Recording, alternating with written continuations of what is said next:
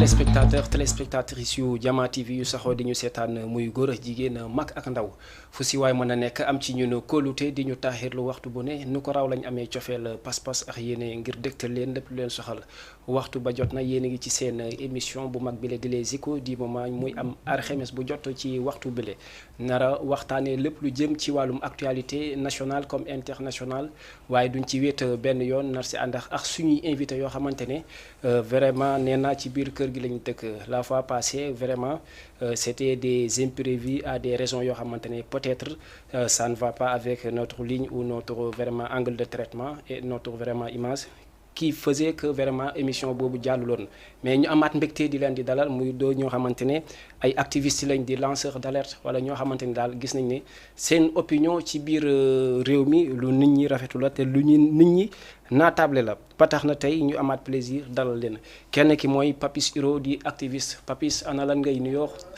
mbokku téléspectateur yu Jama TV. asalaamaaleykum Cheikh Ahmad. maa ngi nuyu sénégalais yëpp. di jiital nuyoo suñuy kilifa diine. ak suñuy waajur. di yeesal sama njaal. ci sénégalais yëpp. ci liy jot a am ngor ak événement yi ñu passé ni fan yi. muy métit bi nga xamante ne ba léegi mi ngi sax di woy ci xol yi. maa ngi tamit masawu sénégalais yëpp. di leen baalu ak tamit ci li nga xamante ne ñun ñëpp ñu ngi koy dund ci actualité. te neexuñu. bon di ñaan yàlla andi jàmm ci réew mi. ok macha allah Papis Hiro vraiment on est content Guèye Dieng yow ngay activiste doon ko xamante ne vraiment nit ñi dañuy rafetlu tamit say kàddu à travers li xew ci réew mi ci wàllum actualité ana lan ngay nuyoo mbokku téléspectateur ak sa soppe yi lay seetaan. donc maa ngi nuyu bépp auditeur bu Jama TV.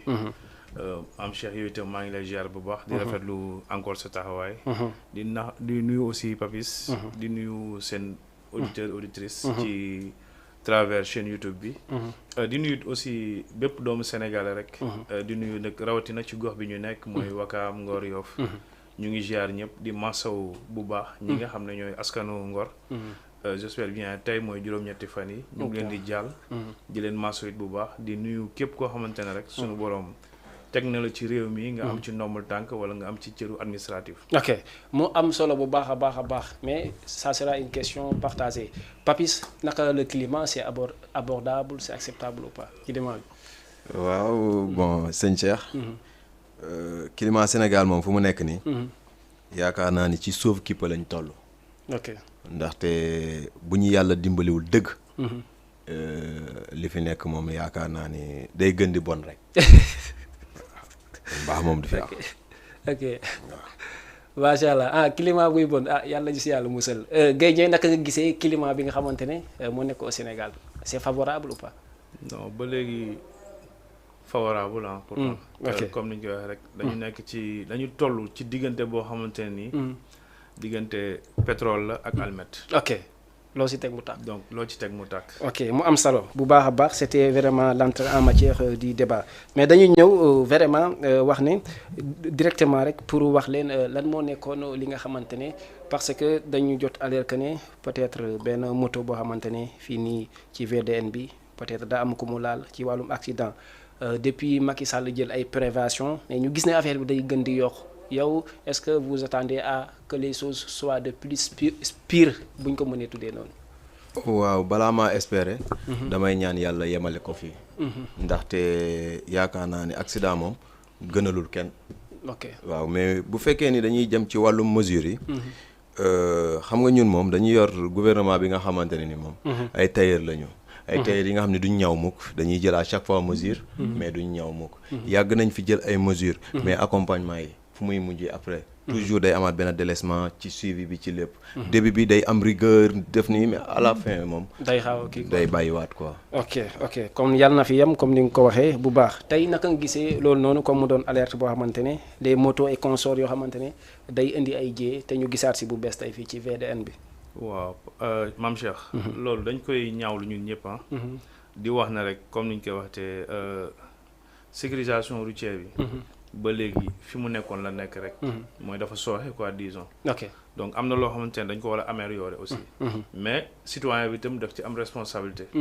mooy am na loo xamante ne. bu amul protection yow yaa la jëkk a protéger sa bopp. surtout voilà. ok mu daal di am solo Papis tey dañoo gis maanaam récemment ci semaine bii nii ñu gis ne am na ay benn journal sax pour ne pas citer son nom mu daal di bind que ne Salif Sadio il est décédé ñu gis ne Ousmane Sonko bés bu naree wuyu ju rek veille bi dina am benn information venant des forces yi nga xamante ne ay rebelles lañ leen mën a tuddee benn bi ñu waxoon nañ ne dañoo cesser le feu.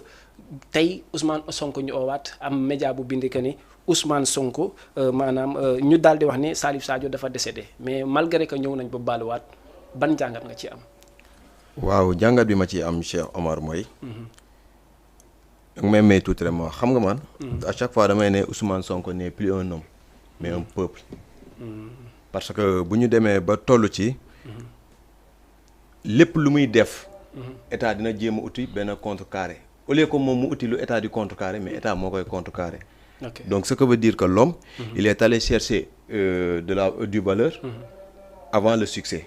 Donc boo xoolee moom ci valeur la incarné ci valeur la ñëwee jeunesse bi topp ko tey loolu moo waral à chaque fois Salif Sadio bu ñu jotee information bi gars yi di partager man new ma ci ay partage ñëw ma ci ay joxe information parce que sama yàqin man mayu ma woon ni dëgg la parce que ñëpp sénégalais kuy sénégalais boo xamee histoire Casamance xam nga Salif Sadio donc bu ñu defee lu mel noonu li may wax chaque fois rek diaboliser nit ki day dellu si waat parce que war nañu di éviter à chaque fois bu dee dafa laal wàllum Ousmane Sonko ñu jéem a jël Casamance wala rébellion wala quelque chose de ñu mel noonu ñu associé ko franchement suñu nguur gi moom yaakaar naa ni procureur bi comme dafa mën jël dogal rek yaakaar naa ni yooyu war na bokk ci dogal yu muy jël ok mu daal di am solo est-ce que vous partagez le même avis ou nit ñi waxoon ne il est tel est décédé ñu gis ne mu am ay coïncidence ñaari yoon mu répété wu ban jàngat nga ci am yow tamit ok man dama lay wax ne état bu Sénégal dañuy fooy askanu Sénégal parce que dafa am ay moment yoo xamante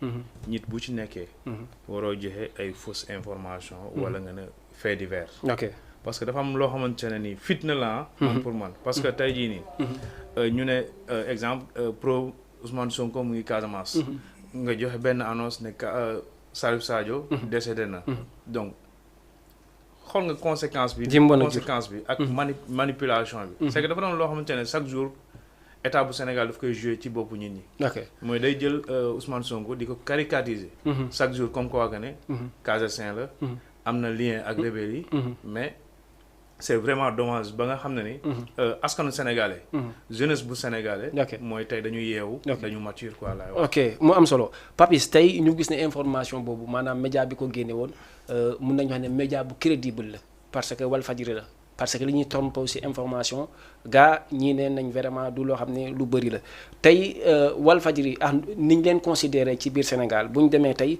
ñu génnee information bi ni mel parce que duñu wax ne kuy ñuy xeex Ousmane Sonko la parce que gis nañ ne à tout moment dañ koy soutenir di ko dalal ba récemment si dernière sortie bi loolu dañ koy jàppee ne maanaam défaut la wala loo xamante ne nguur moo am puissance boo xamante ne mun na manipuler n'importe quelle personne. waaw Cheikh xam nga boo nee Walfadjri du média bi nga xam ne day contrecarrer Ousmane Sonko. man du ma nangu loolu parce que média moom yaakaar naa ni.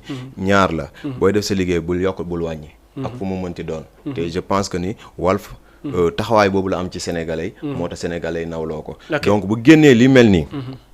man li ma ci mën a wax rek bon mën naa jàpp ni nit ku nekk ci sa métier ngay doon mbër ci sa métier tamit ngay nërmelu mën naa jàpp ni erreur la mais comme télé la war nañu mën a gën a njoñalaat seen taxawaay ak seen source d'information parce que lii moom wax dëgg neex yàlla man toléré wu ma ko man personnellement neexuma ok ci loolu bu ñu la waxoon ne yow ci sa vision bopp sans autant le commentaire des Sénégalais lambda ci sa vision bopp li nga si njëkk am takk mun na doon manipulation venant de la part de l'État ou loo xamante ni da ngay wax ne wax dëgg ñii dañ leen di wax ne dañoo crédible lii faux pas la ci moom. non man pour information bi xam naa Walf taxawaayam donc mënu ma ne manipulation la très sincèrement mënu ma ko wax man damaa jàpp ni juste erreur la mais parce que Walf aussi boo jëlee si seen mille mën naa ne information pour nga seetanal fa erreur yombul. donc tey lii bu demee ba am. man je dis juste que ni. erreur la mais erreur bi. du erreur bu ñu pardonnable. parce que du erreur bu pardonnable waaw parce que lii moom franchement parler. war nañu xoolaat seen information. ok pour finir ci affaire Salif Sadio bi mën a dugg ci actualité tey est-ce que gisoo ne maanaam Salif Sadio bu fekkoon dafa nekkoon ci ay fonction kese bañ si rax politique parce que souvent manipulation bu amee wala fausse information bu amee si côté politique bi est-ce que nekkul li mu doon exemple MFDC li mu fa nekk ba pare tey politique maanaam moo tax li ni mel di ko dal ci ay manipulation non pourtant man dama gis ne ji nga damay partager ak Papis li mu wax mooy ji nga journaliste dafa am foo xamante ne bu ngeen demee ba tollu fa ci askan donc lépp loo xamante ne propos la ngeen nar ko tenir mu nar a génn jëm ci askan wi dangeen ko war a vérifier parce que tey jii nii nga génn nga ne Salif Sadio dafa décédé ñu ne la décédé wul donc est-ce que xool nga conséquence bi yëpp tey jii nii ñu amoon benn lecture ci Walf après mu demee nii lan la ñuy waxaat après lan la ñuy wax mooy dañ naan tey jii nii information télé yëpp ñoo yemaa la ñuy wax dañuy généraliser quoi waaw dañuy généraliser ok mu am solo léegi Papis li ñu bëgg a xam surtout da di actualité bu récente ana lan mooy sa gis-gis ci li nga xamante ne yenn internautes yi relayé nañ ko muy benn mun nañu wax naan violence faite aux enfants bu ñu nee violence dafa yaatu mais récemment ñu gis benn sëriñ boo xamante ne pour dire d'une manière maanaam défiant benn sëriñ daara boo xamante ne nee nañ dafa sàkku lu toll ni ci 27 filles yoo xamante ne seen yaay yor nañ ay certificat médical yow psychologiquement bu fekkee dégg nga information bi lan mooy sa première attraction ci mbir moomu. waaw man déglu naa information bi. gis naa si aussi ay quelques images benn ay daam toog di wax. ñu kii mais li ñuy waxaat rek. maanaam état dafa préoccupé wul.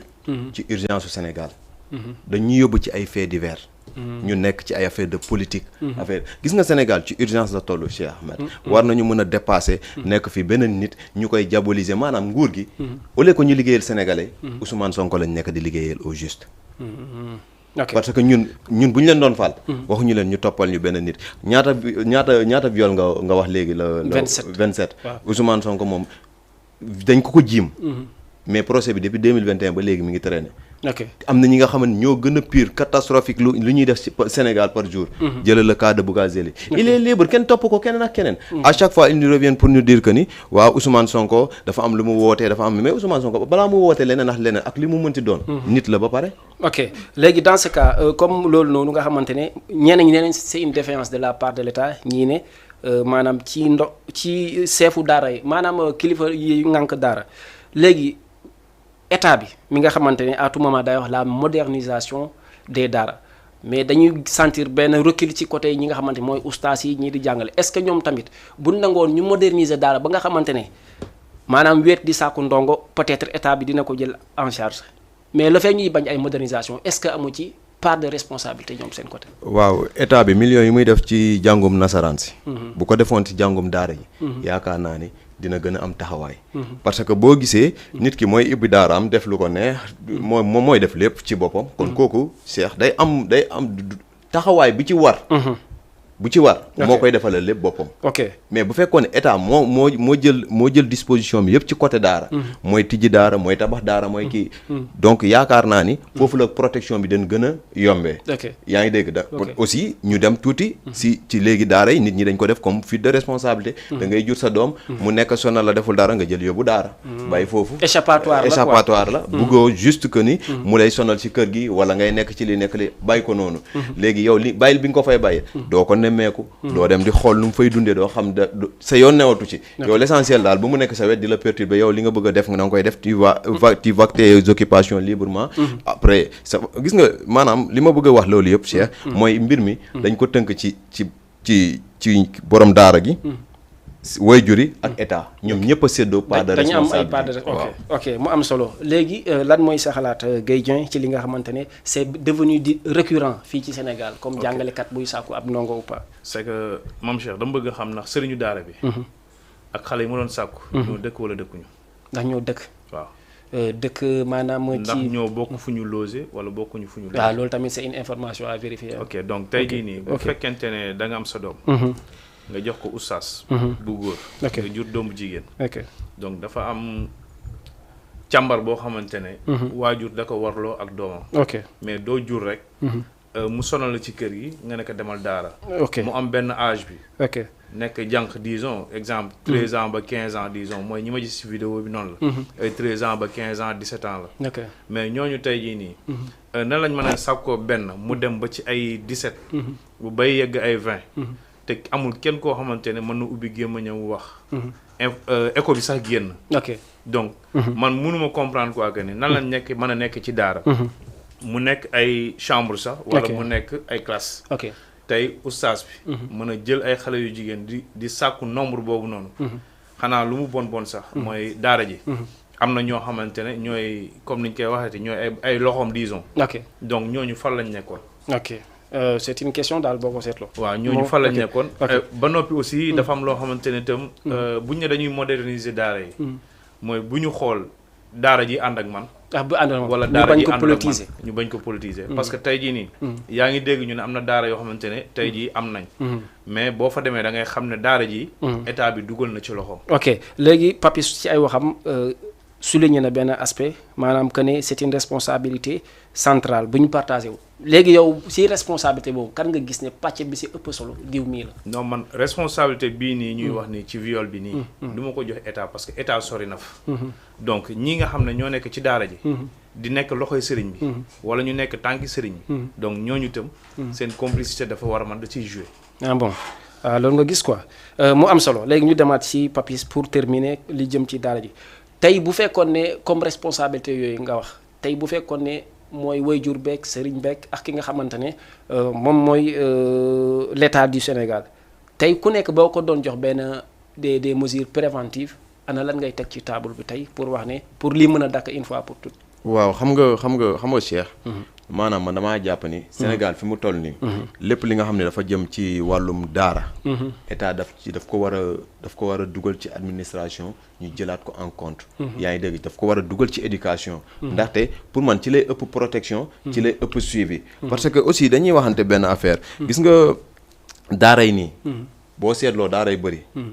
mun nga doxantu. si daara yi. ay 9h 10h. da ngay xam ne ñii dañuy daw seen responsabilité ay xale yi nga xam ne wax sa mënuñu ko. nga ne da ngay yóbbu kooku daara. c'est prématuré quoi. non plus que prématuré. parce que am na moment bi nga xam ne âge bi nga xam ne xale bi day soxla yaayam kafre papam ak yooyu noonu. mais boo jëlee xale bu am 4 ans. nga na nga ko yóbbu daara pour mu teel a adapté lan lay adapté. saa yi koo xam setagul. nga yóbbu ko daara. ñu jógee ci loolu. état moom bu Sénégal moom. défaillance am si diine dafa bari. waaw état moom dafa lajji côté diine weesuwul. imam toog fii taxaw fii ni ku dee ci manifestation. mais mayoon na leen 10 millions de. non gisee loolu. ku dee ci manifestation safara nga jëm. te pourtant am na imam yi nga xam ne woon. wuy nañ fi benn politicien. ne ko yow yaa tax ñu tëj jàkk yi. léegi imam bi balaa mooy wax ñi nga xamante ni ci manifestation yi lay nekk. lu tax moom indexé wul moromam imam yooyu noonu. parce que ku nekk ci métier bi nga nekk. ñu fa nekk ngay gën a mën a corriger kan ñu nekk ci biti.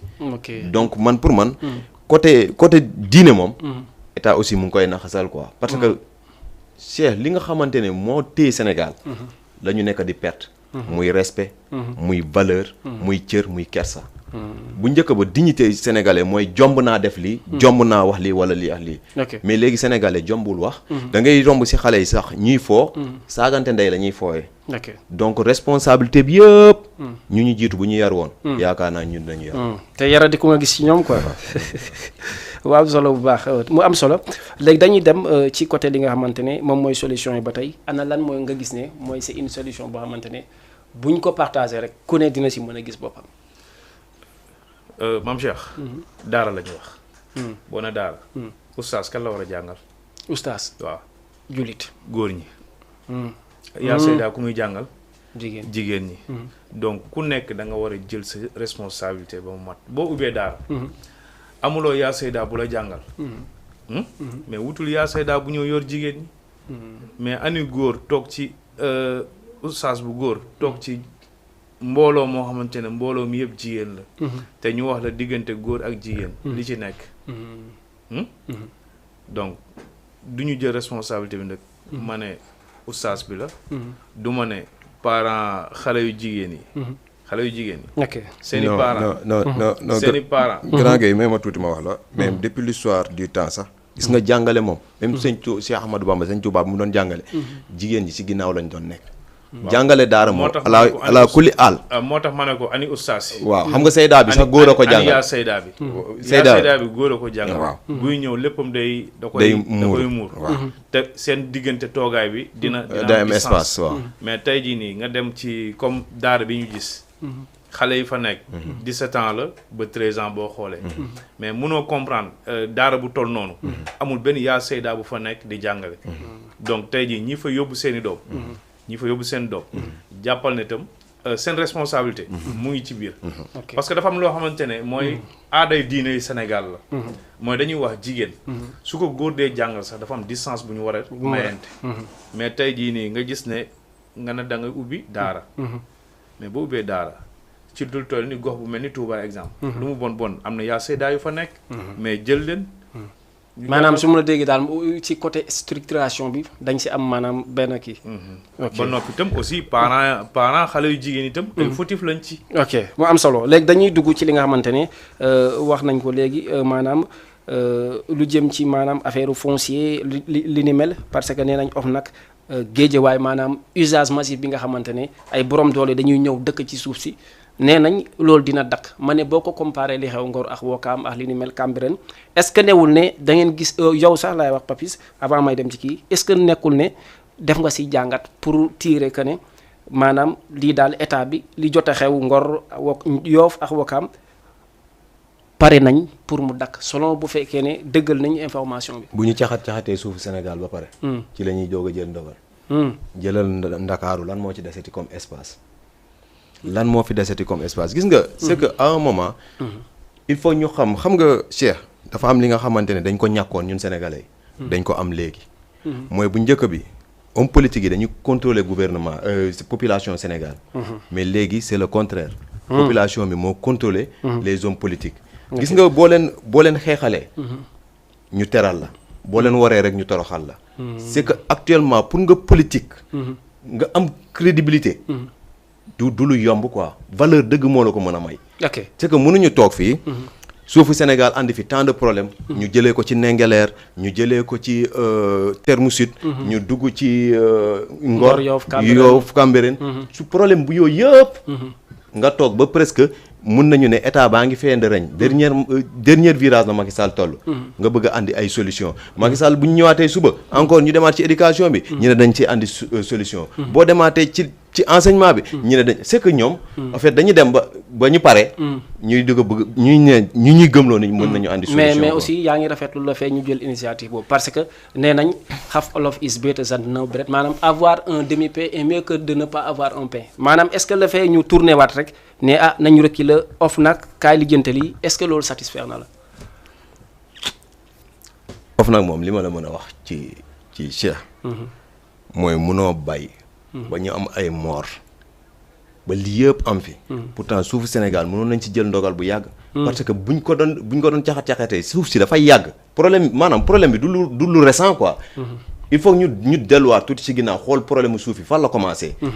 du lu bees kon tey bu ñu ñëwee ba ñoom ñu jeexal fégal seen ay ba pare ñu nekk fii ñu naan ñu dañuy gëmloo ni. dañuy arrêté suuf si ni waaw léegi dañuy arrêté travaux yëpp arrêté lépp ba beneen gouvernement ñëw mais bi moom ça va. am na solo ñu ñëwaat ci Guèye Dieng tey est-ce que am nga satisfaction la fee OFNAC maanaam bëgg a ñëw lu tàmbalee Guédiawaye ñu ne caxat see suuf si est-ce que gisuñu ne lële moo leen yedd ba bëgg ñu ñëw jël solution wàllum ay foncier et consort. mais man j'aimerais bien savoir ñen ñoo jël solution bi pour arrêter ko OFNAC. waaw wala état du Sénégal. wala waa Guédiawaye. waaw ñen ñoo ko jël solution bi. maanaam solution bi nguur gi. à travers OFNAC waaw à travers OFNAC. waaw mais tey jii nii exemple. ki fi nekk. njiitu réew. bi muy ñëw. xam na li nekk ci foncier bu Sénégal bi yépp. tey jii apport bu mu am Dakar. support bu mu am Dakar ba toog fi mu war a toog. dafa am lu bëri loo xamante ne mooy foncier bi. daf ko ci jouer. mais tey bu fekkente ne moom. moo respecté wul kàddu. ok comme ni ko Papis waxee. mu dem ba dese ko. 8 mois. pour man solution amatul. si amatul solution parce que. mais mieux vaut tard que jamais. loolu gars yi dañ koy wax de. mieux vaut tard que jamais dafa am loo xamante ne tey jii nii. am naa yaakaar ne sa doom sax. duutu nangu sax nga koy nax. parce que munoo fi nekk. fukki at ak 12 ans. mu dese la ay weer. nga ne non solution day am. dañuy arrêté après ñu xool ban solution la ñuy jëlaat. kan lay arrêté.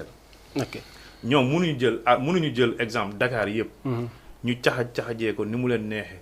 littoral bi ñu caxajee ko ni mu leen neexee. tey fépp foo dem foo xamante ne dañ ko waroon def espace public. wala mu nekk espace vert. nit feebar sax dem booru plage bi toog noppalaku. am beneen air boo xam ne sax di nga ko dund. mais loolu amatul. mais ñoom dañ koy jël. def ko ay kër yu bakkane. mais est-ce que xam nga ne des na tuuti Dakar pour nga wàcc ci plage da ngay fay. ah bon. fan moo fi des ci littoral bi plage bi fan moo ci des. bu fekkente ne tey yaa ngi wax exemple fi ñu nekk aéroport. lan moo fa des. tout récemment 6000 mètres carrés. ñu koy xëccoo est-ce que 6000 mètres carrés jar na bakken di ci wadd. école la ñu bëgg gendarmerie la ñu bëgg. te nga amoon foo ko defoon. xam nga neexul dégg. mais Soxna Bator. dafa échoué. kan mooy Soxna Bator. le président dafa échoué carrément. xam nga échoué. weesuwul. ci ban domaine. ci foncier bi dafa échoué lépp. dafa échoué carrément ci foncier bi dafa échoué. parce que man mënuma comprendre tey jii nii. Sénégal yëpp problème foncier la. ba Ndingler. ba yéen. ba tubaab jalaaw. lépp problème foncier la. ok am na solo léegi ñu ñëw ci Papis ñu gis ne Wakaam dañ leen digg maanaam pour ñu wax ne selon kilifa yi ni ñuy waxtaanee ak état bi pour lépp ñëw ci suuf ñu ne maanaam lépp lu nekk affaire foncier Wakaam nangu nañ sax jël Paul Daga Kholpa pour jox ko maanaam mun nañ wax sax collectivité la bu pour exemple dagg coow yi te am na ay mag selon ni mu leen dégloo nangu nañ ko ñu gis ne. bavure yi am yëpp ci côté sociopolitique bi ci coowal politique fii ci Sénégal tax na ba société boobu muy Safri SA nga xam ne Maysa Mayakor Diouf moo ko jiite mu basé wu ci ministère bu urbanisme jël nañ travaux yooyu neen pour apaisement bi jël travaux yëpp teg ko fële pour réew mi bu amee jàmm ñu door a maanaam commencé waat maanaam lu jëm ci 100 000 logements yi est-ce que loolu buñ kalee Paul Daga Kholpa te woo am fa wàll. du indiwaat benn tension boo xamante ne dañuy naan ñoom ñoo ñu digg fële suuf te arrêté nañ liggéey bi. waaw Cheikh xam nga nguurum Sénégal.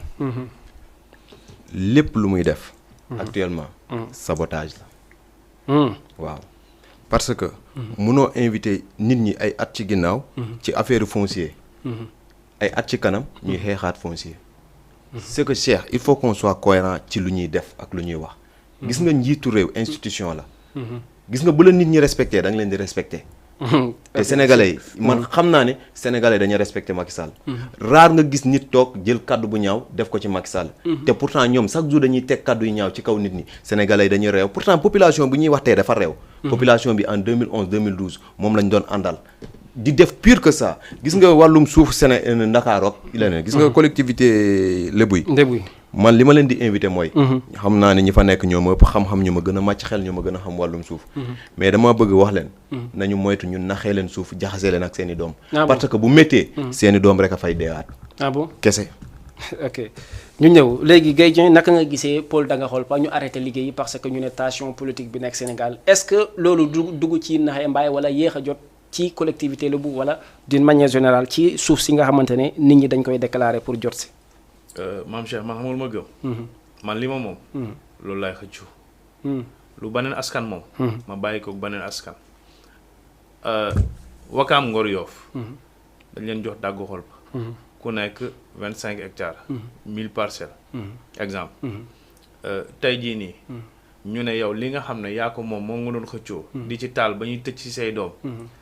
dañ la ciy jox 4 hectares. ok léegi ñu def 4 hectares lañ la ciy jox yow fi nga xam ne. ay mala lañ ko réserver mala. mu nekk 9 hectares 500. fi nga xam ne ay mala. lañ ko réserver mu nekk 9 hectares 500. léegi tey yow la nga doon xeex. ne yaa ko moom. nga hérité ko donc tey jii loolu nga fi nar a bàyyi après nga dem di jël loo xamante ne suufi maami jàmbur la ok léegi lan mooy si maanaam part de responsable parce que information bi maanaam part de responsabilité bi xam nga mooy lan suñu waxantee dëgg ku nekk boo wéetee taxaw nga xool seetu xool sa bopp muy ci kilifa gi ci kaw ba suuf xam nga ne li la Macky Sall di wax amul ok xam nga lu tax ma ne la amul parce que tey jii nii bu ma ne la bàyyil dama lay jox dàgg xol ba ma ñëw ci biir lébu gi village bu nekk ma créé fa ñaari communauté wala ma créé fa ñaari collectif bu nekk ma digle ne yow laay jox donc kañ la solution di am ok léegi dans ce cas parce que am na kilifa bu ma wax ne nangu na maanaam pour lu ñu leen proposer dagga xol ba te yow su ma déggee maanaam ni nga àddoo mooy que ne vous n'êtes pas du tout satisfait de ça est-ce que loolu day tekkin maanaam ñi nekk Wakaam nekk fi ay kilifa duñ consulter ñi nga xamante ne maanaam ñooy ndaw ñi ci wàllum décision. man su ma gis-gis.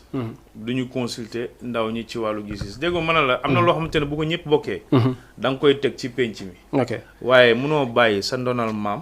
dem di jëli ndonal maam yi jàmbur. kon tey même daga xol pa bu ñu leen joxoon même suuf si waa Wakaam perte doo nangu.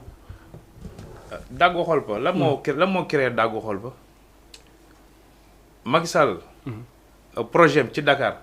mooy déloger lébu yi. génne leen Dakar. pour ban intérêt exactement. ban intérêt. mais Dakar dafa bakkene. ñoom ñëpp ñu ngi daw di ñëw. donc disons que ne fa nga yóbbu nit ki. fa nga koy yóbbu. donc bu neexoon yow yaa fa war a jëkk a toog. ok mais comme ni ñu koy waxee rek. bu kaw neexoon. golo du wàcc suuf. ok mu am solo ñu ngi ñëwaat ci yow Papis tey ñu dugg nag finalement ci politique. ñu xool si lan moo si sa xalaat comme ni ko Guèye Dieng waxee léegi dañuy dem ci benn dialogue boo xamante ne le président de la République Macky Sall daf ko tënk ne le 30 lañ ko war a def bii di ñëw ñu gis ne Ousmane Sonko mais avant loolu sax dialogue bi sans Ousmane Sonko est-ce que ça sonne mal à l'oreille ou bien loo gis ne y a aucun danger sur ça. waaw maam Cheikh. Ousmane Sonko nit bu am fulla la. nit bu am fayda la waaw man franchement. dama koy saluer ci décision xam nga am na li nga xam ne boo koy def responsabilité la. moom c'est un homme qui sait prendre ses responsabilités. Cheikh mënoo maa jàpp di ma caravage depuis ay at ci ginnaaw. may jooy chaque jour. nit ñi di ma seetaan ak yow. ba tey ma dem ba am benn monopole ci yow. nga naan waa léegi garaaw kañ taw négocier Cheikh loolu du ko def. ah bon waaw. léegi nag ñuy dialoguer nag. nañ dem dialoguer ñun suñu yoon newu ci. ah bon waaw ñun suñu yoon newu ci. ok léegi Guèye Dieng dialogue sans à l'absence de Ousmane Sonko loolu ça sonne mal à l'oreille ou yow da nga gis ne y a aucun danger. gis nga Sénégalais yi. Ousmane Sonko. daf leen yee. c'est bien vrai que ne mooy suñu jàng nasaraan. yeggul benn niveau bi. mais dafa am système boo xamante ne dafa indi ci politique yi Sénégal. mooy benn kàllaama fi nekk. mu ñëw fekk ci suñu kàllaama bi fi nekk. di ko wax ak ñun. territoire bi yëpp xam li xew ci réew mi. donc booy dialoguer. nit koo xamante ne. dañ na la bokkuloo. ñaari mandat nga war a am. nga dem sa yoon. amul quinquennat. amul point. amul virgule. mooy li ñu doon xeex 2012. mooy ñaari mandat. loolu réglé woon nañ ko ba pare. ok donc man mënuma comprendre ñu demaat ñu 12 ans 10 ans 12 ans. ñu tolluwaat fii nii. ñu bëgg a delluwaat ginnaaw lu ñu doon xeex ay année ci ginnaaw. ñu koy xeexaat. ok kan ngay dialoguer ku bokkul. xam nga lan moo ko waroon. mooy mu wut ni ñu ko waxati ci from civil. comme ni wala mu wut koo xamante ne dafa autonome. mu organiser dialogue. moom mu génn par la grande porte. ah bon waaw grand Guèye Dieng dama lay relancer tuuti rek. balaa nga muy uti ki nga xamante dafa nekk ci société civile. dialogue bi li muy dialogué nii. moom la dialogué woon ay at ci ginnaaw. defu ci dara kon mënatul ñëw tey mu ne dafay dialogaat ci loolu. 2006 waaw am na sax ci seen question yéen ñaar am na question boo xam ne soxal na ma loolu nag du question préparatoire mais dañ gis ne comme boo nekkee ab lanceur d'alerte comme tey Guèye Dieng lanceur d'alerte la yow lanceur d'alerte nga dañ gis c'est souvent rare maanaam ñu gis un activiste boo xamante ne bu waxee maanaam nga gis que ne kii vraiment argument am ça arrange maanaam état souvent boo xoolee la plupart su li ma gis Sénégal c'est en défaveur de maanaam l'état may laaj kañ la àdduna di dox bu activiste état am chance u activiste exemple. waaw bés bu ñu amee chance su njiit yu jub.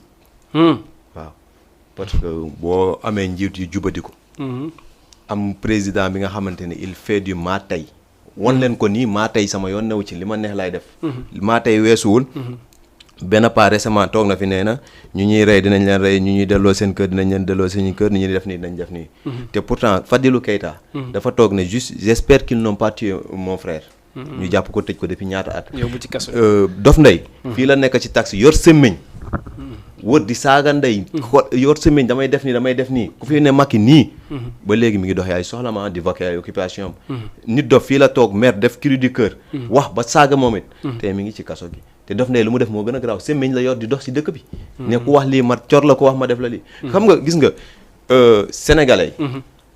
sénégalais tey lu leen métti ci àdduna man gëm naa ne ñu bëri dañu rëccu le fait que Macky Sall jiite leen parce que rëccu le fait que Macky Sall jiite leen weesuwul li andi frustration toujours ci réew mi li andi déséquilibre bi toujours ci réew mi ci état lay jógee yow xoolal lu am Kër Mbaye Fall ñu ne benn ndaw dafa dee bal moo ko rey ok yaa ngi dégg ñu jógee ci loolu ministre de l'intérieur def communiqué ne arme blanche moo ko rey Cheikh xoolal loolu ne arme blanche moo ko rey léegi ñu nekk ci layam boobu autopsie bi ci boppam firndeel ni bal moo ko rey léegi ñooñu ay mbokkam est-ce que du ñu am frustration est-ce que du ñu ne dem dee ñàkk dem dee moo gën loolu moo tax manifestation plus mi ngi am plus ñoom dañuy gën a nekk ci problème parce que ñoom ñooy andi problème yi parce que ñoom bu fekkoon ni seen communication dafa juste assumer ses responsabilités ba pare ne on va poursuivre le reste mais gars yi sax mën nañu am tuuti xel bu daal mais nit ñi yëpp gis ni kii bal lañ ko reyee yow nga ñëw andi beneen communication saa yi nit ñi léegi dañuy révolté wu quoi maanaam da ngay dem ba justice da nga koy defal maanaam communiqué bi daal du lu doy nit ñi daal mooy andi moo tax léegi fu force de l'ordre génnee booy di génn gis nga tëjal école bu événement amee defal lépp mais tant que ñii ñoo fi ne chaque jour Sénégal man gëm naa ni day gën a pur ok ñu ñëw Gueye Dieng tey naka nga gisee li nga xamante ne moom mooy commentaire lay doon commentaire nga defaral ma ci benn décryptage Ousmane Sonko moo ko wax mu ne njàmbalakaay uy sa baay sa yaay sama yaay duma ooye pàkk ban message nga yi déggee ci loolu mais message bi mu wax leer na tey jii nii njaboot soo leen juree dafa am noo leen di wooyee ñu ñëw wuyu si la mais bu fekkente ne yow miy jaboote ñi nga war a woo nga ñu wuy sele ñëpp da nga jël genn wàll yëpp dugal leen si kaso bi léegi kan moo fi des seen papa nga ne seen papa kaay wuy sa ma foog naa ne de seen papa bu xoolee gis na njabootam yëpp mu ngi si biir kaso bi moom du ñëw di la wuy si bon waaw est-ce que gisoon ne maanaam loolu di adage boobu mu wax lu ko doon maanaam gën a mën a may doolo mu dem ba ñu tegal ko loo xamante ne d'accordul maanaam satisfairewul ci loolu mu door a reculer mais xam nga ñun sax disons que ne ñun activistes yi exemple yéen journalistes yi ñun ñoo may Macky Sall benn opportunité bi ba ñu ciy wax ay dialogue dafa war a wuyu ak war a wuyu mais nit koo xamante ne yow bokkuloo jeexal nga fégal nga bu doon jabar dañ na laan ayeetuloo mais fa dëgg neex yàlla ni ko naar bi waxe kay laa xëyti xaw ma donc kay bàyyi nit ñi ñu dem Sénégal stable tuuti sax mais bu fekkente ne da nga ne nit ki du nekk candidat tey jii sa problème yëpp mooy pro bu mu nekk candidat te yow ki nga bañ mu nekk candidat mooy kooku exemple opinion internationale moom lañ di gën a valider candidat am te keneen te bu tey jii nii Google moom moo ko keneen moomul Google soo duggoon Google nga tàppe l'opposant Sénégal moom la lay génneel Ousmane Sonko amul keneen ku mu lay génneel ok mu daal di am solo léegi même adage bi maanaam njàmbalakaay wuy sa yaay sama yaay du ma woowee pàkk ci sa définition personnelle nan nga gisee loolu maanaam adage boobu waaw dafa leer parce que nit ñi dañ ko fooy ñamalakaay wuy sa yaay sama yaay du ma woowee paaka munoo téye paaka def ko sa nëbb ko sa ginnaaw yi ba pare ñëw taxaw ne parce que bukki la woon ak béy bukki moo ñëw yor paakam taxaw ne béy kaay wuy sa yaay béy ne ko sama yaay du ma woowee paaka donc Macky Sall mënul taxaw fii tey mooy li ma la wax ci kama def Ousmane Sonko lépp li mu koy def ba pare ne ko kaa ñu dialogue gis nga pour man dafa saaga sax Ousmane Sonko te indirectement maanaam man ma lay toroxal ba pare andiwaat la ñëw teg la sama wet Ousmane Sonko du taalibe Macky Sall bu dee tey dañuy wax sëriñ Ousmane Sonko mooy sëriñu Macky Sall ndax mu sell waaw mooy sëriñam ok léegi ñi nga xamante ne maanaam leer na maanaam Macky Sall wooteem boobu nga xamante ne Ousmane affaire u njàmbala la utiliser léegi njambala boobu daawoo téepaakam te am na ñoo xam ne leer na leen ne mun na leen si rey ñooñu leen yóbbu yow na nga ko gisee. non c'est que mënoo ma wax ay morts vivants yuy dem. waaw mun na ma parle pas parce que man xam naa ni da ngay bañ mais man may jaar si digg bi lu si mel ni tey Khalifa Sall. certes amaguñu confirmation si moom. mais moom bañul dara quoi. parce que moom moo ko wax waaw moo taxaw. ne Pape Alé Niang ne ko dañuy def révision procès. wala da ngay dem par nu mu tuwaat sax. kii nu mu tuwaat sax. article 29 30. non par amnistie. ok mu ne man bañu ma dara. man naa bokk rek kon kooku moom dignité am écarté na ko. kon kooku moom bu ko Macky ne woon kaay dinaa la baal nga bokk. mais est-ce que gis nga ne réponse boobu bu nekkoon un jeune frais boo xamante ne am na avenir ci politique comme genre Ousmane Sonko wala benn jeune boo xamante ne am na yaakaar ci politique am est-ce que dina waxee noonu est-ce que nekkul ne question d'âge moo taxati boobu lu mu am jël. kon Cheikh. Khalifa Sall na bàyyi politique. parce que nit plus ngay jël âge. plus ngay gën a am maturité plus ngay gën a doon un sage mooy ki nga xamante ne lépp lu muy def diggante max yàlla moo koy gënal. mais malheureusement boo toogee tey nga ne ma. âge bi mu am moo ko wax loo. donc ce que veut dire que. mooy li ma la wax rek. il est mort. politiquement ok mu am solo léegi ñu dem ci li nga xamante ne mooy question Ousmane Sonko bu tey nan naka nga gisee parce que du samay wax mais c'est la parole des Sénégalais ñu ne. gis nañ daal depuis 2019 sortie yi Ousmane Sonko def mais bi nga xamante ne gisuñu kenn critique ko parce que selon ni mu libalee affaire yi xaw ma ndax nit ñi ñoo miinul Ousmane Sonko bu toog ak journaliste bi di ko poser ay questions xaw ma ndax li gars yi miin live yi ba tax na nee nañ live yi mu doon def yépp sortie bi mu def ak Pierre-Edouard Fall rien à critiquer yow da ngay jàpp même perception bi ou pas da am na si ay failles de communication. non boobu amul faille. boobu moom impact. mooy askan wi ñëpp a ko rafetlu. mais dafa am loo xamante ne moo ci gën a important. te nit ñi bàyyi ñu ko xel aussi. mooy tey jii xam nga lan lañ topp. mooy fait divers bi lañ topp. mooy ba ñu koy waxee bañu dugub bi lañu topp. te ci benn côté. nit koo xamante ne musul wax ki fi nekk njiitu réew. président de la république. wutal na exemple nit ki dafa communiquer ba wutal nit ki porte de sortie. mooy ñi la topp. di la xelal di la digal ñoo toppoon ki fi nekk doon ko xelal doon ko digal donc lu mënul nekk yow en tant que président de la République xam nga ne lii mënul nekk donc man pour man Macky li ko war mooy mu wàcc quoi waaw Cheikh mu wàcc parce que demal grand bi lu mu wax dëgg la peut-être dañuy jàpp ni communication bi nickel impact mais Ousmane Sonko communication bi dafa mës a nickel dafa mës a impact. dinaa la wax avec toutes les communications xam nga lan moo tax bi am mënuñu ko critiquer. aspect ngor dafa judduwaat. parce que Ousmane Sonko da leen ne damaa yor segu 2 milliards 500. ma am ordonnance su 13000 francs. mënoon na ko jël dem fay ko te amuloon lu muy jëndee ordonnance. mais il préfère garder dignité am. delloo chèque bi. ba pare dem lijjanti ordonnance am. kooku bu waxee loolu. ñii fi nekk nii yëpp moo leen gën a gore. ñii fi doon millionnaire yëpp tey moo leen gën a gore. parce que ñii fi doon millionnaire. lu ndaw lañ fi toog. tey ñii ay millionnaire lañ ñii nii doon nañu leneen. moom toog na fi boobu ba léegi. doonul millionnaire. ah bon mënu ko mukk. ok non xam nga sax exemple comme dignité am. ak engagement am ci Sénégal. dafa am loo xamante ne sax dutuñu toog sax. di ci wax. mais c'est-à-dire boo gisee ma tëb étape boobu. mooy li nga xam ne. mosu ko tenir ci discours. mu jëm ci kii fi nekk ci njiitu réew. foofu laay wax. ok maanaam c'est-à-dire question bi sax. bu dee ci ngor. bu dee ci ay diine. dafa am loo xamante ne. man. bu dee ñun ñëpp dañu yor xel rek di xalaat. nit ki. xam nga ne kii mooy sa adversaire bi gën a potentiel. tey jii nii bëgg nga ko éliminer. fan la doon liggéey Cheikh fan lay liggéey Jama TV. boo ko mënul épingler ci Jama TV. pour man yi si des yëpp ay kii la quoi ay ndëgg sërëx la rek. ok mu am solo Papis tey maanaam ci côté Ousmane Sonko boobu maanaam dama la doon bañ a dagg mais li nga si maanaam abordé noonu comme Ousmane Sonko maanaam mosuta am benn communication bu dëng. même on n'a pas libellé comme ça quoi dañ wax ne maanaam y a le parfait y a le plus que parfait maanaam li mu def ci communication yëpp du man maay naan lii moo bon parce que présentateur là je suis pas chroniqueur quoi léegi si imparfait boobu nit ñi dañ gis ne dafa am benn plus que parfait de communication yow loolu maanaam naka ngay jàngatee lan moo bees parce que am na ñu wax ne comme Alioune Tine nee na am na lu muy dóor ci suuf pour am une médiation loolu da nga koy gëm wala yow gis nga ne c'est une autre façon de faire bu ñu gis ci Ousmane Sonko. waaw mooy loolu laa la nekk di expliquer xam nga maanaam da ngaa wax ji.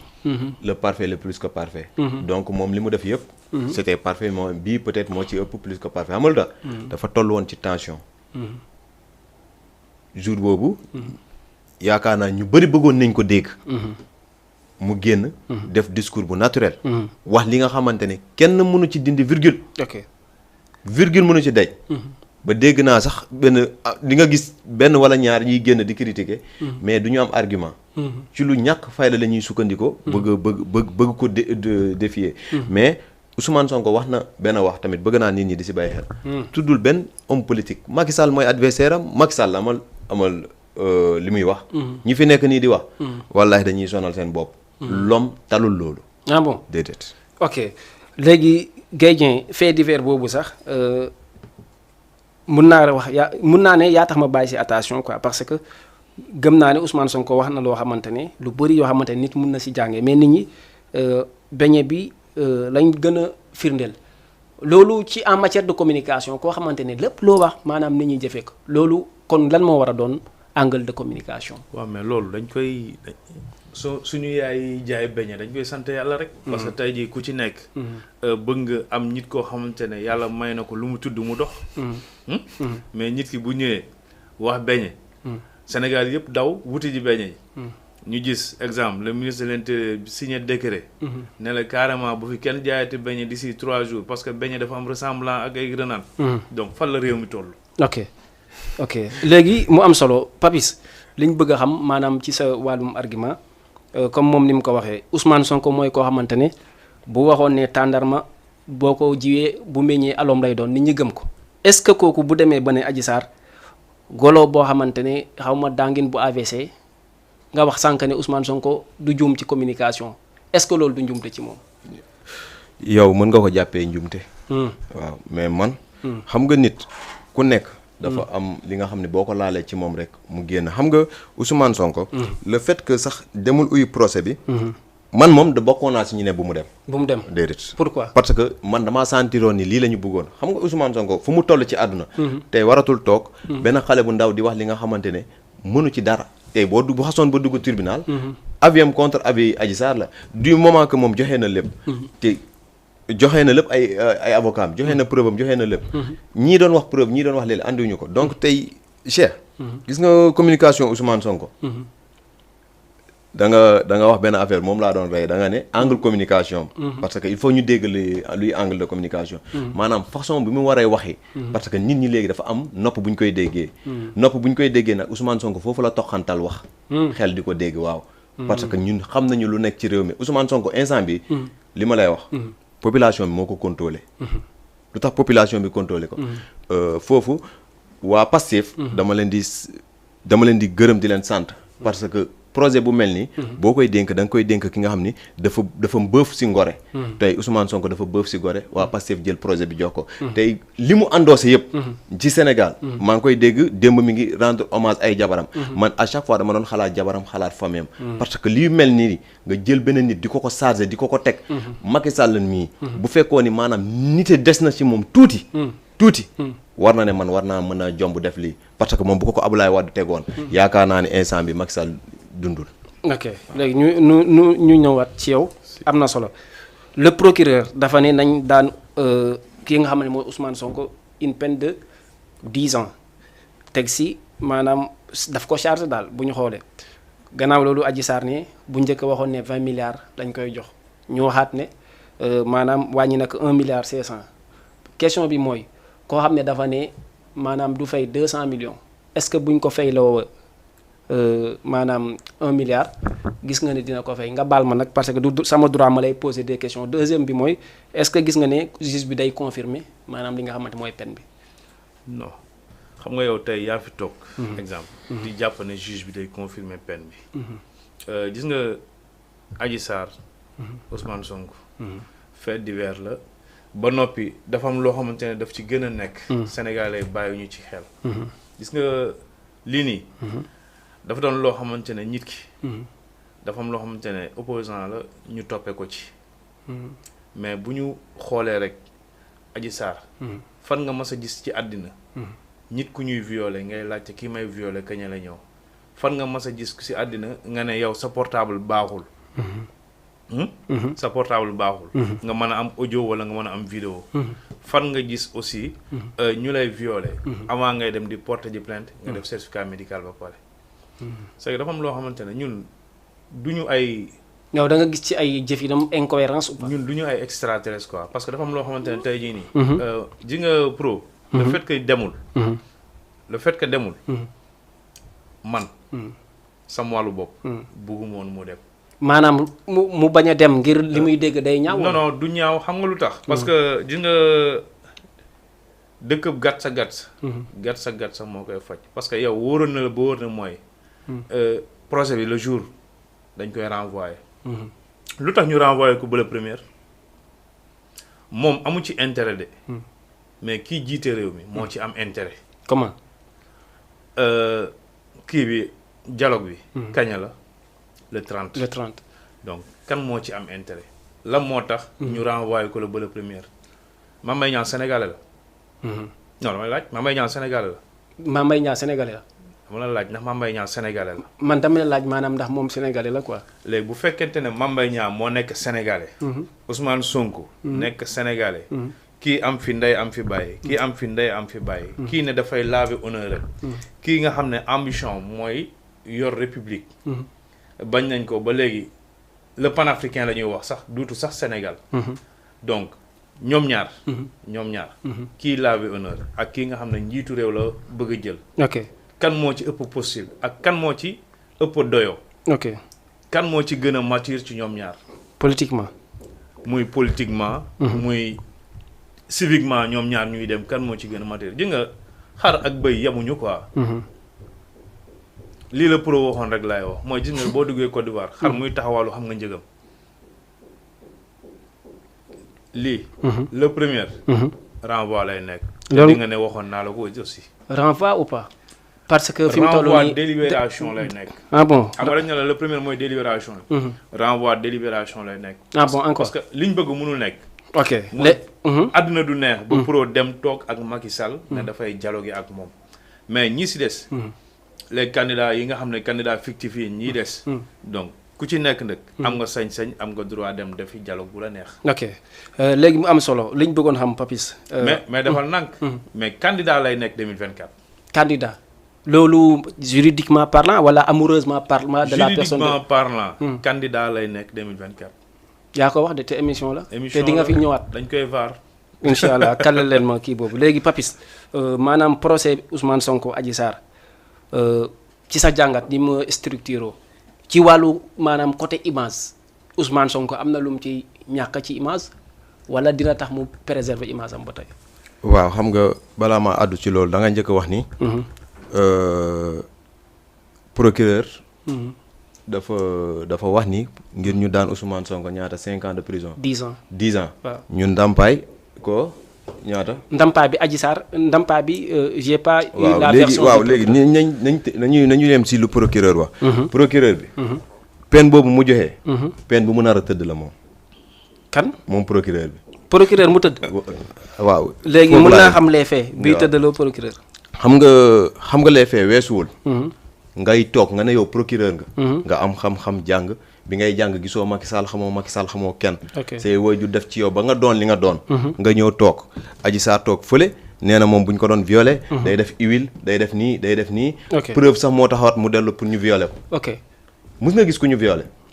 waaw gis nga nit bu xasee bañ ko violé. day am phobie. ok xam nga luy phobie. maanaam day am ragal nit. lu dul maanaam ñi ko jege papa yaay wala mag. boo ko jegee sa day tiit. maanaam bu wéetee sax day jooy. ok gis nga nañu respecté sax ñii ñu violé. ok Adji Sarr moom. bu dee dañ ko violé. moom moo doon violé boppam moo xam fu mu dem. comment naka nga gisee ne Adji Sarr bu dee viol moo violé yan thèse maanaam mooy affirmer loolu. Adji Sarr moom moo fi toog. ne dafa biir. ok n'est-ce pas. c'est que man aussi man. juge bi lu tax laaju ko loolu bëggoon naa ko xam quoi parce que Adji Sarr moo fi toog. mu ne dafa biir mu ñëwaat keroog ci procès bi il paraît que nee na musul biir. ok la wax n'est-ce pas léegi Adji Sarr nee na moom dafa bëggoon rëcc si loxoy ñooñu moo tax mu ne dafa biir mais Adji Sarr bi muy déclaré dafa biir boobu génn na si loxoy ñooñu moo wax maître El Hadji Diouf ñoo taxawoon mais nee na nangu na ne da doon fen waaw kon procès bi jeex na non waxuma la fen ci viol de maanaam la fee moo xam ne da doon waaw da biir waaw dafa da doon fen waaw moom da lay confirmer ni fenkat la yow loolu nga si tiire moo ci nekk sax parce que waaw loolu laa ci déggu loon mais comme moom wax na ko ci alhamdulilah ba Adji Sarr confirmé na ni Sénégal moom moo fi daax fen non dafa ne da doon fen waaw gis nga boo fenee benn yoon chaque jour da ngay fenaat bon waaw fen tuub amul fen tuub ci lu am 14 morts xaaral ci lu am 14 plus de 14 morts maintenant 17 morts la ñuy wax jëm kaw nga ne fen tuub non chef mënoo tuub loolu bakkan yooyu man xanaa xamoo man lii bu ko nit ñi bàyyee nii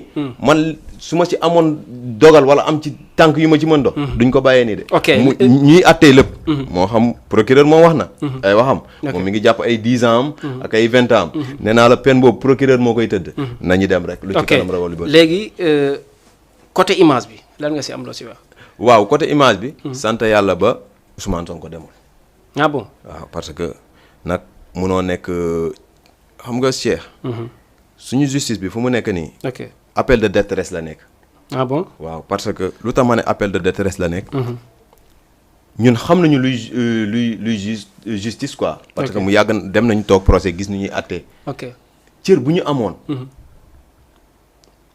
tey jigéen toog sax ñëw nekk foofu samay lii la jàpp sa c'est que mel ni kuy expliquer moom porno mais il faut que à un instant man pour man ñu joxaat cër sax suñu maanaam suñu magistrature bi pour man sax Adji Sarr ak ñi mu àndal ay avocat dañoo respecté wul suñu magistrature Cheikh Yérim dafa ne le verbe marcher ak le verbe parler moo tooñ maanaam kii Ousmane Sonko waaw le verbe parler ak le verbe marcher moo tooñ Ousmane Sonko moom li ko protéger xam nga lii moo tooñ Ousmane Sonko moom li ko protéger mooy le verbe être ami avec Macky Sall moo ko protéger mooy réponse bi quoi waaw ok maa ngi ñëwaat ci yow léegi ci côté image wu maanaam ki nga xamante ne moom mooy Ousmane Sonko gisoo ne yaa am na destruction wala yow construction nga si gis waaw construction laa si gis man comment lu tax ma ne la construction laa si gis mooy gis nga nit des fois da ngay toll dans les moments yoo xamante ni tey jii nii sa image yaa ko war a mën a jaay te comme niñ koy waxee rek état bi fi nekk tey jii nii dafa laj ba nit ki jaay boppam si seen kaw image am bon waaw léegi bëggoon nañ xam exactement poser dans leen une question pour ki nga xamante ne moom mooy juge bi mais daa am loo am importance loo xamante ne il faut ñu wax si maanaam MC Niass moo ne Marième Faye Sall mos na woote direct mu dégg ko je sais pas si vous suivez l'information mu ne muy wax ak nit ki ne ko pour mu jël ko mu bokk si ñi mu financé parce que groupe WhatsApp lañ bëgg a utiliser pour ñuy détruire Ousmane Sonko. loolu bu ñu demee tey ba Sénégal tollu foofu ci ñu ne la première dame dafa am ay politiquement parlant laa wax léegi loolu lan lañ si mën a jàng loolu est-ce que duñu amati recul ñu ne wax dëgg Sénégal yi am nañ désespoir ci ki ñu dénkoon réew mi en 2012. yow boo nee duñ dem ba ne Sénégalais am nañu désespoir kan moo desee espoir. kan man kan moo desee espoir ci nguur gi. ci réew mi daal. waaw kan moo fi desee espoir ak ñii ñu jiitu. laaj naa la ko. bu ñu demee ba. ministre de la République. muy ministre de la jeunesse. nee na diw bu ñu ko woowee ñu génnul. damay mobiliser tant de jeunes dem déloger ko moom il est habilité à le faire. ministre de la jeunesse ok. moom il est habilité à le faire. Ousmane Sonko est-ce qu'il est habilité à dire que notre marche vers le palais noo koy déggee est-ce que c'est pas la même chose notre marche vers le palais. notre marche vers le palais. et on va li mu wax foofu Cheikh. xel a koy dégg. waxul dañuy dem déloger Macky Sall Ousmane Sonko dafa yàgg condamné loolu. depuis mars 2002 le 8 mars. 2021. daf ko bañoon. dafa ne nañu def lépp mais nañu bay Macky Sall mu jeexal nguuram. donc Ousmane Sonko ci li mu wax. notre marche vers le palais. maanaam moom ligne de conduite bu mu nekk pour doon président. ba léegi ci loolu la ne. mu ngi ci ba tey. ci loolu la ne. mais nag Cheikh. yal nañu yàlla may xol bu muñ. waaw dama koy ñaanal bépp sénégalais. parce que képp kuy sénégalais. xam nga ni nguur gi fu mu toll nii il sabote dañuy saboter ci aspect yëpp Cheikh gis nga bu ñu woo jour bu ñu nee dañu woote. non dañu woote dañ teg jour procès bi. am na ki ma àndal ñu jël taxi. mais taximan bi bu ñu eggee ba côté tribunal. dafa bañ ne du dem. waaw parce que nee na wóorul maanaam dañuy dem ba dañuy dugal ci xelu nit ñi nga ab maanaam nit ki day dem ba du sentir en sécurité ci dara te état bi nga xam ne moo waroon dalal tey suñu xel. moo ñu frustré ñun ñëpp bu ñu demee ba marche. lii daf ma métti ma génn di ko ñaxtu ñu dóor ma fa bal ma dee. am ay imam yi fiy taxaw di la yóbbu safara ci loolu. am ay nit yu fiy taxaw di ko rafetlu. ay kilifa toog ne fii état dafa war di rey di tëj ñooñu yëpp ñu ngi doxee seen soxla. mais Cheikh ban état lañ ne Mancabou dee na kenn xamul ci yan condition ba léegi leerul ñaari homme de tenue réer nañu. ba léegi kenn mënu la wax ci lii la ñu nekk. vingtaine de morts ci ay manifestations. ba léegi kenn mënu la jàppal kenn. ñu ne moo rey kii. te chaque jour dee baa ngi continuer ah. ok pour une toute avant dernière question da nga wax benn question ma am si relance maanaam Mancabou dee na Pathé dee na Samba Ndiaye dee na te li nit ñi yëpp d'accord mooy que ne ku fi dee ci manifestation fii ba 100 ans bu fekkee Macky moo fi ne amuñu yaakaar pour ñu ne diw la. loolu bu fekkee ne ndaw ñi ak jeunesse bi xam nañ ko tey continuer di dee. bëgg a dee lay doon wala jotul ñu def recul. waaw man nag damay teccu ndawu Sénégal. di leen wax fu ñu teg seen tànk foofu la.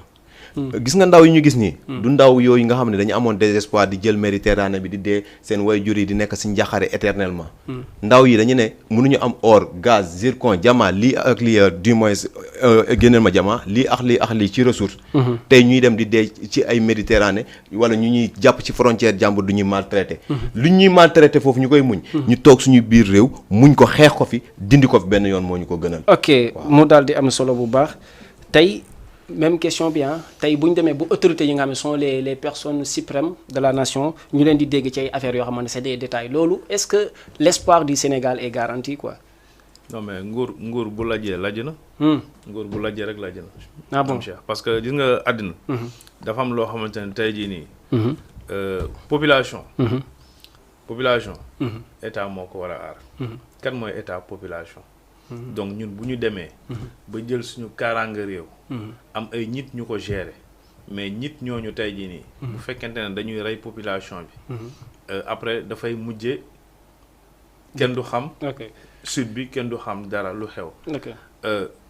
nga gis barki démb Ndiaye Géejawaay am benn xale bu am 13 ans. 13 ans.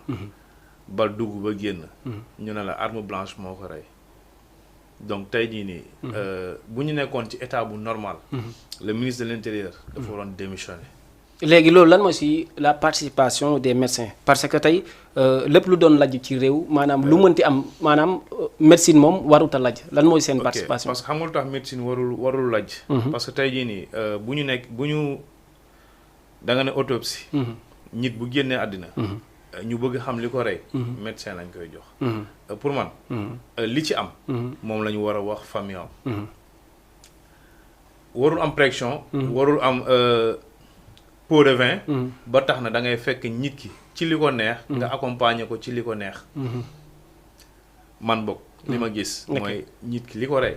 waxal li ko rey. ok mais bu boobaa dañuy assumer seen responsabilité ñoom. mais non parce que xam nga tey ñoom loolu la ñuy daw yow grand li nga leen di wax nii ñoom loolu la ñu bañ. non waaw moom la ñuy bañ. mais tey jii nii boo xoolee ñiy décédé ñëpp dernier moment. mooy autopsie. dafa révéler carrément fait yi. donc foofu lu ñuy nëbb amatu. waaw léegi même question bi ma posé bu ñu demee ba dëkk boo parce que ku sañoon di dee ci réew boo xamante ne boo deewee ñu ne lii ma ko rey léegi lan moo si paaru ndaw ñi nga xamante ne. am na ku ñu topp muy ay leader te leer nañ ne bu ñu deewee maanaam du ñu xam kii moo ma rey léegi ñooñu dañu war a continuer di xeex wala il est temps pour qu'il recule quoi. suñu indépendance. xeexuñu ko de dañu yëkki ay pancarte ñu jox ñu ko donc ba léegi ñu ngi nekk sous colonisation. ci blanc bi. mais tey jii nii dafa am loo xamante ne projet la. projet bi. du benn nit moo ko moom. selon nag génération bu nekk. suñu borom dina wàccee nit ku sell koo xamante ne mooy porter li mu war a porter. donc tey jii nii Sénégal dafa toll foo xamante ne dafa war a déclencher wu. mais kan mooy moteur bi. mooy Ousmane Sonko mooy moteur bi. léegi ndaw ñi. dañu doon jël gaal. di dem Maroc. Barça wala Barsax. mais bu ñu gisee loo xamante ni nit ñëw na mu làkk la ci kàllaama système bu bees bi wax ma la système bu njëkk bi de système politicien ancien bi ñëw sol ko sim taxaw ci te plateau télé yi si non gars yi apprécier na saa tubaab bi mu làkk mais kii dafa ñëw wax la ci kàllaama bi ngay dégg lii xew ci réew mi lii am ci réew mi mais li xew ci réew mi li am ci réew mi mën na defar réew mi mais loolu tey jii nii ba léegi proposé wul papier de ne ko kaay ma boo ma paree jox la lii non tiset bu mu jënd moo ko may boppam fu mu dem moo fa yóbbu boppam lan moo tax parce que dafa gëm li mu ko proposé dafa gëm projet bi mu ko jaay looloo tax ndaw ñi porteel ko parce que képp ku ci nekk di xeex xam nga ne li ngay xeex du pour yow mais pour ëllëg parce que tey jii nii fi ñu toll nii nga xool situation bu Sénégal chaque jour des fois mu am manifestation est-ce que ñun ñu ngi rendre compte manifestation yi conséquences yi ci am tey manifestation day am ñii di toj aw nii ñii di manifester si aw nii am na ñoo xamante ne dañuy toog seen biir kër mënuñ ñëw ci la yow ne la lekkuma wala naanuma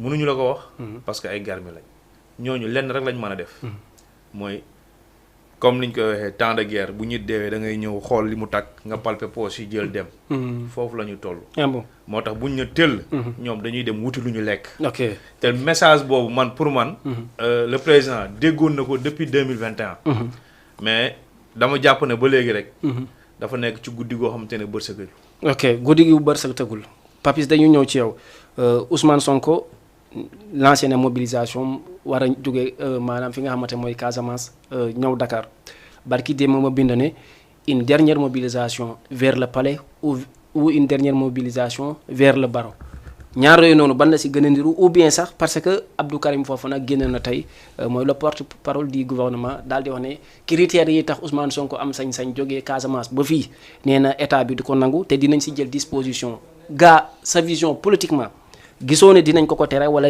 dina am benn ndëgg sërëx bu ñu ko tegal pour loolu. mais Abdou Karim Fofana mooy ministre de l'Intérieur wala. non. donc pourquoi moom mu am audace. génn di wax peut-être il n'a pas parlé juridiquement mais il a parlé politiquement. Oui. Donc on va. Comme porte-parole du gouvernement. Donc le parti Pastef va le répondre politiquement. Vous pensez à ça? Si. Cheikh Ahmed xam nga Abdou Karim Fofana moom. danaa la wax mooy ban nit. mooy nit boobu toogoon fii ne terme sud bidonville la. Bidonville. waaw. ok. damal tàppe ci Google lan mooy bidonville mu wax la luy bidonville. man nit boobu mënatul wax lu dëgg du dugg sama nopp. kooku moom dama ko exclure tege ko de côté parce que nit boo demee ba sa kaddu. nga ko nar a jox nit li may wax rek booy wax ñëpp di la déglu. fen waratu la. wax lu dul dégg. waratu la Ousmane Sonko di citoyen. bëgg a ñëw Ndakaaru. ne damay jaar ci bërëb yi nga xamante ne am naa si ay soppe. ñëw Ndakaaru loolu lan la def. ok lan la yàq ci Sénégal. ok te ñoom bu leen neexee ñu luwee fii ay car dugal si ay nit yóbbu leen ba Sédhiou.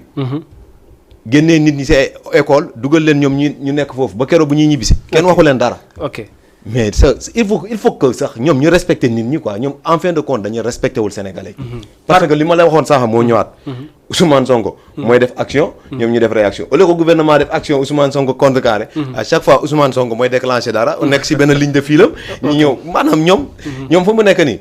Ousmane Sonko mooy yére. ñoom acide lañu. pardon tiitoo si beneen ndëgg sërëx. saay xam nga vision. ci nit. dafa garaaw. Ousmane Sonko li ko bañeen yóbbu tribunal. moom xamoon na ko. kon moom li muy dem defi yëpp. xam na ci lu am na li nga xam ne mënu ma ko cee wax parce que yëfu Pastef la du sama yëf. mais ñooñu ils sont tellement vigilants que ni. ci la ñuy def ci la ñuy def ak seeni xam-xam. ok waaw. ok léegi mu am solo ba tey Ousmane Sonko la fee muy jógee Casamance di ñëw fii nii Sénégal na ma yàlla baal di ñëw fii nii Dakar gisoo ne popularité am pour tey dernière tournage ci déclaration bi daf ko waroon fekk boobu parce que bu fekkee en matière de mobilisation ak côté sentimental côté familial foofu la waroon mën a ëpp sens parce que récemment nit ñi am na ñuy ruuma naat que ne yi jot a passé rek Dakar dañ koy seetaan wala ñenn ñi si côté mobilisation day xaw a des. ok comme léegi ñenn ñi dañu ne ci côté mobilisation day xaw a des. nga dégg Abdou Karim Fofana mu génn wax li mu wax. donc foog naa ne naar bu ndaw bi li muy wax. ci naar bu mag bi la ko jëlee. ok parce que tey man pour man mun a si suuf lay jaar sax. ok ñëpp dañ ci war a sant yàlla xam nga lu tax. parce que nit soo bañee gis dooleem. soo bañee gis popularité mais il fallait mu imposer mu won la ko. parce que am na ñoo xamante ne. suñuy jàll. kenn du leen xool. mais am na ñoo xamante ne bu ñuy romb dañuy daw wuti leen. ok mu am solo pour une dernière question tey ki nga xamante ne moom mooy Barthélémy Dias mun nañu wax ne comme ni nit ñi di ko waxee maanaam relation ak kii essence dafa xajam ak Khalifa Sall loolu lu mu dee même bu dee benn nit sax Ousmane Sonko dina ko sentir ci côté mobilisation parce que taxawu Sénégal amoon nañ présence ci li nga xamante ne mooy ci côté Pastef tey pour mu soutenir ko maanaam politiquement parlant est-ce que ce n'était pas plus risque mu des Casamance que muy ñëw Dakar. xam nga dama lay fàttali lu ndaw. 2000 mars événement mars 2021. Ousmane Sonko était à Dakar. waaw. mais est-ce que les contextes sont pareils quoi. xoolal. tey la ko waa Dakar yi di gën a taxaw ba mu xam ne taxaw nañ ko. waaw tey jii. la ko gars yi di gën a taxaw. ok man loolu moom man maa la ko wax. ok léegi ñu dem ci mbirum Bart ak Khalifa. xam nga nit parfois.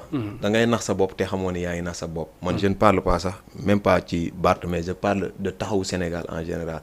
gis nga boo demee ci coalition. ne serait-ce que ni sax yaa fa ëppoon ay maire wala leneen. mais gis nga dafa am li nga xamante ne moom la ñuy wax yàq. ci li ngeen di def. coalition boobu dafa amoon yàq. te je pense que ni. loolu samay appréciation personnelle la. Ousmane Sonko moo doonoon yàq bi. ak Pastef comme relance. maanaam la fee maanaam ci say maanaam réponse dégg naa si nga ne maanaam 2021 fii la Ousmane Sonko ne woon. te lu maanaam pire amoon na. tey ban leçon wala boog ban terrain nga may defaral ci entre 2021 askan wi dañu waxoon ne ce n'était pas la personne de Ousmane Sonko ni ce n'était pas plus son projet mais affaire Covid la woon. bii pas maanaam bu ñu demee ba am divorce ak taxawu Sénégal ak aar Sénégal. léegi est-ce que maanaam li nekkoon 2021 réalité yi ak bii nii benn la. waaw 2021. Ousmane Sonko moom kese la woon y avait pas Aar Sénégal y avait pas Taxawu Dakar y avait personne. au contraire Bart bu ñu ko woowee woon fii pour mu dem uyu. Ousmane Sonko daa jógee këram. dem fekk ko këram man maa ngi fa woon. ànd ak moom ne dañuy dem tribunal. jour boobu dañ leen gazé ba côté Médina lañ jógee génn si. gars yi jàpp leen yóbbu leen ñoom ñaar yëpp. donc ne me dis pas au contraire Ousmane Sonko. bu dee Bart bu mu nekkee si déséquilibre. dafa jógee këram dem soutenir ko. n'est-ce pas loolu moom ñëpp gis nañ ko. donc tey buñ ma wax ay waxu taxawu Dakar ak taxaw Ousmane Sonko nee naa la. actuellement il n'est pas un homme c'est un peuple.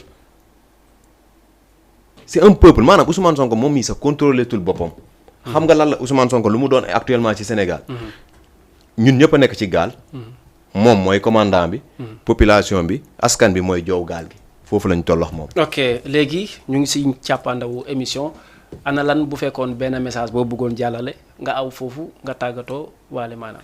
waaw li may tàggatoo ñett mbir la. bu si njëkk mooy maa ngi masawu Ndeye Khady Ndiaye. di ko jaajëfal. di wax ni suñu jigéen ñëpp. war nañ ko dooleel. moo xam féministe yi la. moo xam ndaje jigéen ñi la. ñu xam ni jigéen dëgg. sigil na keroog jigéen. jigéen malgré jigéen moo bëggoon sëggal jigéen. mais jigéen dafa taxaw woon ko ni. jigéen du fi sëgg. parce que jigéen mooy yaay. jigéen mooy humanité. jigéen mooy jur imam. bu ñu jógee ci loolu ñaareel bi. Abdourahmane Alhousseyni Gaye muy docteur bi nga xamante ne ni pour wanewaat rek ñun. dañuy sant suñuy médecin di leen gërëm. parce que ku bàyyi sa lépp ndax sa askan.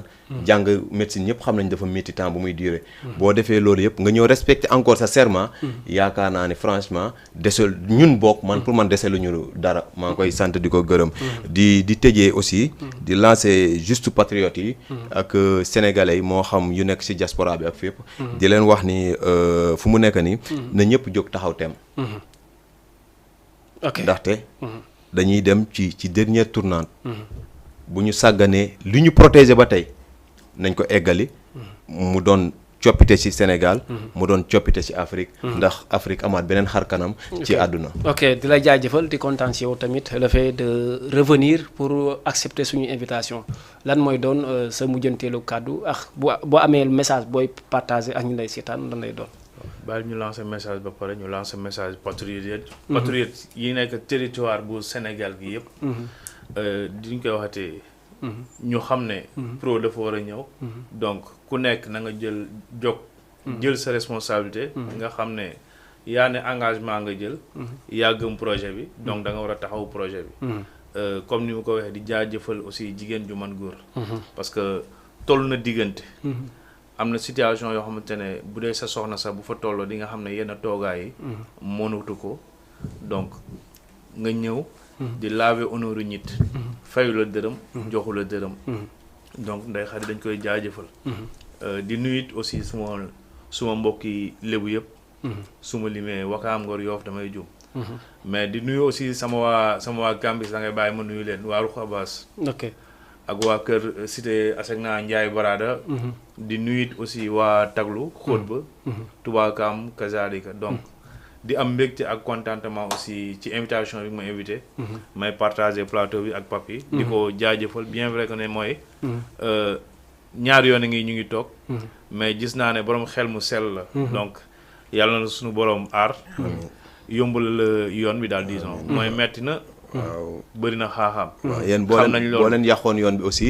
ñun duñu yow man aussi damay def mention spéciale. mention spéciale ci Cheikh parce que aussi nit moom yaakaar naa ni nit rek ngay doon te ñun lépp lu ñu soxal moo xam journaliste bi moo xam activiste bi moo xam politicien bi ñun lépp lu ñu soxal mooy Sénégal njooñ bëggoon naa tey ñu toll woon ci moment bi nga xam ne dañuy wax mais yow gis nga projet bi diw bi nu mu demee affaire yooyu noonu naka lañ koy accompagner mais nag malheureusement boo yoree lu bon rek ngay yor. ok mu am solo vraiment di jaajëfal ki nga xamante ne moom mooy Papis Hero une fois de plus mais tamit di jaajëfal Omar Gueye Dieng ñi nga xamante ne ñoom ñoo ñëw teew une fois de plus ci plateau bi di jox askan wi dig daje ba ëllëg incha allah gannaaw bi nga xamante ne vraiment di jox njukkal le DG de la télévision mais aussi c'est le Sénégal qui gagne ñu ngi leen di jox dig daje ba ëllëg incha allah merci beaucoup.